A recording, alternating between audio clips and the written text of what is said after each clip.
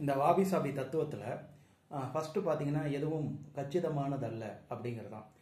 So நம்ம யாருமே perfect கிடையாதுங்கிறது நாம் உள்ளபடியே நம்ம உணரும் பொழுது நாம் அடுத்தடுத்து மென்மேலும் நம்ம பர்ஃபெக்ஷனை நோக்கி போகலாம், அந்த வேலைகளை நம்ம சிறப்பாக செய்யலாம் அப்படிங்கிற ஒரு எண்ணம் வந்து நமக்கு கிடைக்கும். அது ஒன்று.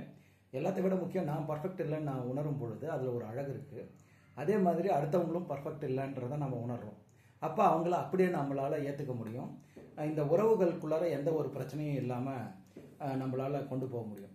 இதுதான் அந்த வாபி சாபி தத்துவத்தினுடைய அழகு. எதுவுமே பூரணமானதில்லை, அது ஆனால் ஒரு அழகான விஷயம். அவங்க என்ன பண்ணுறாங்க அப்படின்னா, ரெண்டாவது விஷயம் என்ன சொல்கிறாங்கன்னா, எதுவும் நிரந்தரமானதில்லை அப்படிங்கிறாங்க. இப்போ பார்த்தீங்கன்னா கண்ணை மூடி திறக்கிற நேரத்தில் நம்ம குழந்தை பருவம் காணாமல் போயிடுச்சு, அடுத்து நம்மளுடைய இளமை பருவமும் காணாமல் போயிடும். ஸோ இப்போ ஒவ்வொரு விஷயமும் நாம் யோசிக்கிறதுக்குள்ளார இதை செய்யலாம்னு யோசிக்கிறதுக்குள்ளார காணாமல் போயிடும். லைஃப்பும் நிரந்தரமானதெல்லாம் நமக்கு தெரியும். ஸோ இதை ரெண்டையும் நம்ம மனசில் வச்சுட்டு இருக்கும் பொழுது நம்மளுடைய உறவுகள் நல்லா இருக்கும், நம்மளுடைய செயல்களும் நல்லா இருக்கும் அப்படிங்கிறது தான் இந்த தத்துவத்தினுடைய பேஸ். தேங்க்யூ.